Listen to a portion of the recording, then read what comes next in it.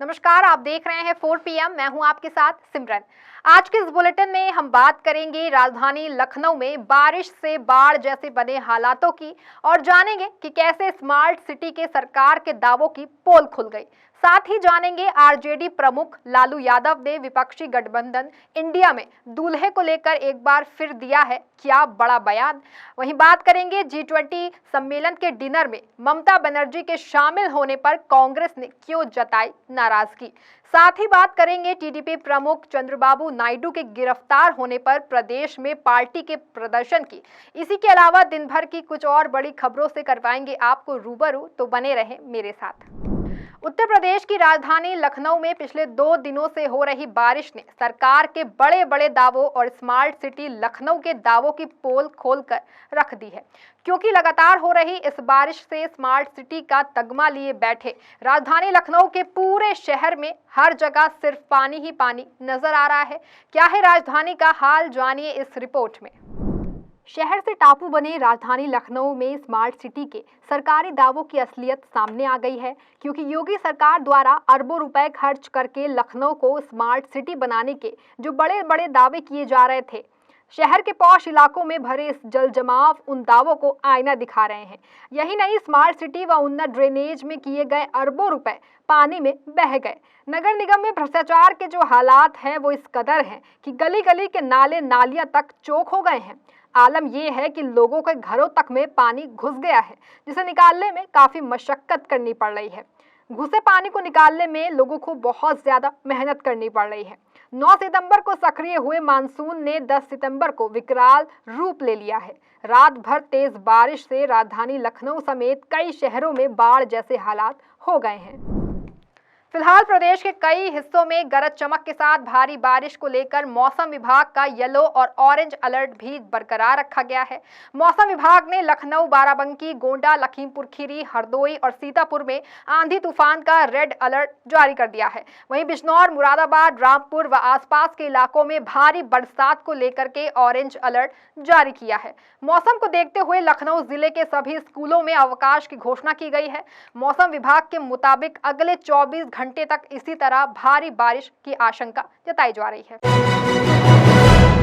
बिहार के पूर्व मुख्यमंत्री व आरजेडी प्रमुख लालू प्रसाद यादव ने इंडिया गठबंधन और इसके पीएम फेस को लेकर बड़ा बयान दिया है। लालू ने एक बार फिर गठबंधन के दूल्हे की बात कही है। क्या कुछ कहा आरजेडी चीफ ने, देखिए हमारी इस रिपोर्ट में।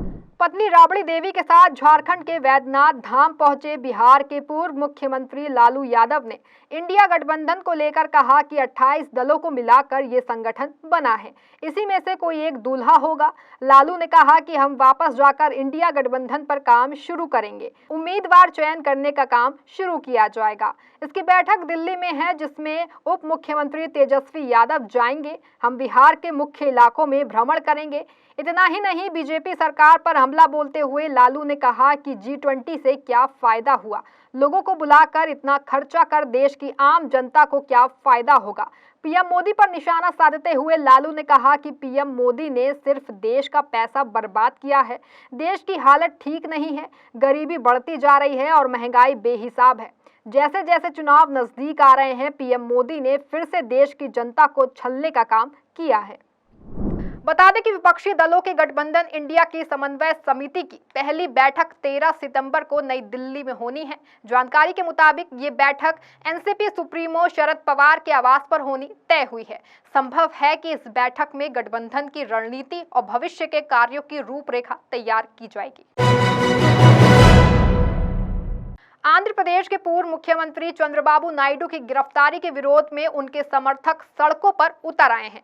नायडू की पार्टी तेलुगु देशम पार्टी ने आज पूरे राज्य में बंद का आह्वान किया है। पूर्व मुख्यमंत्री की गिरफ्तारी की निंदा करते हुए जनसेना पार्टी के पवन कल्याण ने भी इस बंद का समर्थन किया है। टीडीपी आंध्र प्रदेश के अध्यक्ष के अच्चेन्नायुडू ने पार्टी के कैडर लोगों और समर्थकों से आंदोलन में भाग लेने और इसे सफल बनाने का अनुरोध किया है। जीएसपी के पवन कल्याण ने भी कार्यकर्ताओं से शांतिपूर्ण तरीके से इस बंद में भाग लेने का आग्रह किया। उन्होंने सत्तारूढ़ वाईएसआर पार्टी पर राज्य के अन्य विपक्षी पार्टियों को परेशान करने का आरोप लगाया है। चंद्रबाबू नायडू को 23 सितंबर तक न्यायिक हिरासत में भेजे जाने के बाद उन्हें राजमुंदरी सेंट्रल जेल ले जाया गया। अलावा उनकी रिमांड से पहले जेल में भारी संख्या में पुलिस बलों को तैनात किया गया है। वहीं इसके विरोध में टीडीपी के कार्यकर्ता विजयवाड़ा अदालत के परिसर में जमा हुए। इलाके में शांति स्थापित करने के लिए राजमुंदरी पुलिस ने धारा 144 लगा दी है। आपको बता दें कि पूर्व सीएम नायडू को आंध्र प्रदेश राज्य कौशल विकास निगम में भ्रष्टाचार के मामले में 14 दिन के लिए न्यायिक हिरासत में भेज दिया गया है। राष्ट्रपति की ओर से आयोजित G20 सम्मेलन के डिनर में पश्चिम बंगाल की सीएम ममता बनर्जी के शामिल होने पर अब इंडिया गठबंधन ने ही बेचैनी मची हुई है। ममता के शामिल होने पर कांग्रेस सांसद अधीर रंजन ने टीएमसी से सवाल किया है। वहीं टीएमसी की ओर से भी इसका जवाब दिया गया है। क्या है ये पूरा मामला, जानिए हमारी इस रिपोर्ट में। कांग्रेस नेता अधीर रंजन चौधरी ने कहा कि हमने तो डिनर से दूरी बनाई, मगर दीदी एक दिन पहले ही दिल्ली पहुंच गई। ममता के फैसले पर सवाल उठाते हुए अधीर ने पूछा कि क्या इससे नरेंद्र मोदी सरकार के खिलाफ उनका रुख कमजोर नहीं होगा। साथ ही उन्होंने पूछा कि क्या तृणमूल कांग्रेस सुप्रीमो के कार्यक्रम में भाग लेने का कोई अन्य कारण था। रंजन ने आगे कहा कि दीदी ने केंद्रीय गृह मंत्री अमित शाह और उत्तर प्रदेश के मुख्यमंत्री योगी आदित्यनाथ के साथ एक ही कमरे में एक अवसर पर भाग लिया। मुझे आश्चर्य है कि आखिर ऐसी क्या वजह रही कि उन्हें इन नेताओं के साथ डिनर पार्टी में शामिल होने के लिए दिल्ली आना पड़ा। वहीं अधीर के इस सवालों का जवाब देते हुए टीएमसी की ओर से कहा गया कि ममता गैर भाजपा गुट इंडिया के प्रमुख समर्थकों में से एक हैं और कांग्रेस नेता को कुछ प्रोटोकॉल के बारे में उन्हें ज्ञात देने की आवश्यकता नहीं है। टीएमसी के राज्यसभा सांसद शांतनु सेन ने कहा कि हर कोई जानता है कि ममता बनर्जी भारत के निर्माणकर्ताओं में से एक हैं और कोई भी उनकी प्रतिबद्धता पर सवाल नहीं उठा सकता। सांसद की ओर से आगे कहा गया कि चौधरी ये तय नहीं करेंगे कि प्रोटोकॉल के तहत राज्य के मुख्यमंत्री G20 के डिनर में शामिल होने के लिए कब जाएंगे। G20 समिट डिनर में गैर बीजेपी मुख्यमंत्रियों की बात करें तो ममता सहित कुल 5 सीएम पहुंचे थे। इसमें बिहार के मुख्यमंत्री नीतीश कुमार, झारखंड के हेमंत सोरेन, तमिलनाडु के सीएम एमके स्टालिन और हिमाचल प्रदेश के सीएम सुखविंदर सिंह सुक्खू शामिल हुए थे। जबकि राजस्थान सीएम अशोक गहलोत और छत्तीसगढ़ के भूपेश बघेल डिनर में नहीं गए थे। उत्तर प्रदेश की घोसी विधानसभा सीट पर हुए उपचुनाव में भाजपा को मिली करारी हार ने एक ओर जहां समाजवादी पार्टी समेत पूरे विपक्ष को उत्साहित कर दिया है, तो वहीं दूसरी ओर भाजपा के लिए लोकसभा चुनाव से पहले मिली ये हार एक करारा झटका है। वहीं इस हार के बाद सभी की निगाहें हाल ही में एनडीए का हिस्सा बने सपा प्रमुख ओपी राजभर पर थी, क्योंकि राजभर ने चुनाव से पहले कई बड़े बड़े दावे किए थे। अब राजभर की प्रतिक्रिया सामने आई है। क्या कुछ कहा राजभर ने, देखिए इस रिपोर्ट में। राजभर ने एनडीए की हार का बड़ा कारण उपचुनाव में बसपा का चुनाव न लड़ना बताया। इसी के साथ ही राजभर ने वोटों को खरीदने का भी एक बड़ा आरोप इंडिया गठबंधन पर लगाते हुए कहा कि वोटिंग के पहले पैसे से भरी समाजवादी पार्टी की तमाम गाड़ियां टहल रही थीं और लोगों को पैसे बांटे जा रहे थे। उन्होंने कहा कि हमने इसकी शिकायत भी की थी और तमाम लोग थाने पर भी बुलाए गए थे। लोगों की गाड़ियां जब्त की गई। साथ ही सुबह सपा प्रमुख ने ये भी कहा कि अगर घोसी में बीजेपी का कोई और कैंडिडेट होता तो चुनाव के परिणाम कुछ और होते। उन्होंने कहा कि दारा सिंह चौहान का वहां पर रिएक्शन था। लोगों को दारा सिंह से दिक्कत थी और अगर कोई स्थानीय प्रत्याशी होता तो शायद हम चुनाव जीत जाते।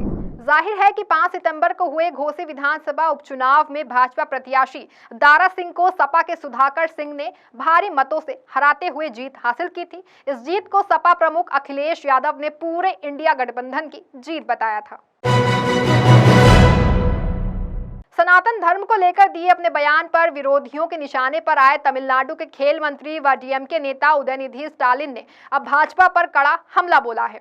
भाजपा की तुलना एक जहरीले सांप से करते हुए उदयनिधि ने बीजेपी को तमिलनाडु से बाहर भगाने की बात भी कही है। क्या कुछ कहा उदयनिधि ने, देखिए हमारी इस रिपोर्ट में। कुड्डलोर जिले के नेवेली में एक कार्यक्रम में शामिल होने पहुंचे डीएमके नेता उदयनिधि ने भाजपा और उनके सहयोगी दल एआईएडीएमके पर जमकर निशाना साधा। तमिलनाडु के खेल मंत्री उदयनिधि ने कहा कि कचरे से निकलकर रेंगते हुए सांप हमारे घर में घुस जाता है। अगर हमें सांप को खत्म करना है तो हमें सुनिश्चित करना होगा कि कचरा भी ना रहे। इसीलिए लोगों को 2024 में तमिलनाडु से बीजेपी और AIADMK को हटाने के लिए तैयार रहना चाहिए। उन्होंने कहा कि हमने 2021 के विधानसभा चुनाव में गुलामों की पैकिंग करवाई। अब हमें 2024 के लोकसभा चुनाव में उनके मालिकों को घर भेजना चाहिए। गौरतलब है कि इससे पहले उदयनिधि ने सनातन धर्म की तुलना डेंगू, मलेरिया और कोरोना से कर दी थी। इसको लेकर वो अभी भी भाजपा के निशाने पर बने हुए हैं। ऐसे में अब भाजपा पर फिर करारा हमला बोलकर उदयनिधि ने बीजेपी को और भी उकसा दिया है। मराठा आरक्षण को लेकर छिड़े आंदोलन में घिरी महाराष्ट्र सरकार में एक बार फिर कैबिनेट विस्तार को लेकर चर्चा शुरू हो गई है। एनसीपी सांसद और अजित पवार गुट के प्रदेश अध्यक्ष सुनील तटकरे की ओर से ऐसा दावा किया जा रहा है कि राज्य मंत्रिमंडल का विस्तार किया जाएगा, जिसमें एनसीपी के कई विधायकों को जगह दी जाएगी। क्या है ये पूरा माजरा, जानिए इस रिपोर्ट में। अजित पवार गुट के प्रदेश अध्यक्ष सुनील तटकरे ने कहा कि राज्य के मंत्रिमंडल विस्तार में एनसीपी विधायकों को 19 सितंबर को गणेशोत्सव की शुरुआत से पहले जिला संरक्षण मंत्री विभाग आवंटित किए जाएंगे। तटकरे ने कहा कि सीएम एकनाथ शिंदे और उनके 2 डिप्टी सीएम अजित पवार व देवेंद्र फडणवीस इस संबंध में निर्णय लेंगे। उन्होंने भरोसा जताया है कि इससे किसी भी प्रकार की कोई कलह नहीं होगी। साथ ही तटकरे ने ये भी कहा कि एनसीपी में हर कोई चाहता है कि अजित पवार मुख्यमंत्री बने।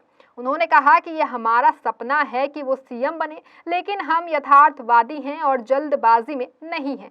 हम राज्य और राष्ट्रीय स्तर पर एनडीए सहयोगी के रूप में चुनाव लड़ेंगे। एनसीपी के अधिकार और भविष्य को लेकर के सुनील तटकरे ने कहा कि भारत के चुनाव आयोग ने जैसे शिवसेना के मामले में किया, वैसे ही अजित गुट को असली एनसीपी के रूप में मान्यता देना। उन्होंने कहा कि चुनाव आयोग एक स्वतंत्र निकाय है और पार्टी के संविधान, संगठन और ताकत के आधार पर अपना निर्णय लेना। हमें विश्वास है कि चुनाव आयोग हमारे पक्ष में फैसला करेगा। फिलहाल एनसीपी का भविष्य क्या है, ये तो आने वाला समय बता ही देगा। फिलहाल इस बुलेटिन में बस इतना ही। ऐसी तमाम बड़ी खबरों से जुड़े रहने के लिए हमारे चैनल को सब्सक्राइब कर दें, वीडियो को लाइक और शेयर करना ना भूलें। धन्यवाद।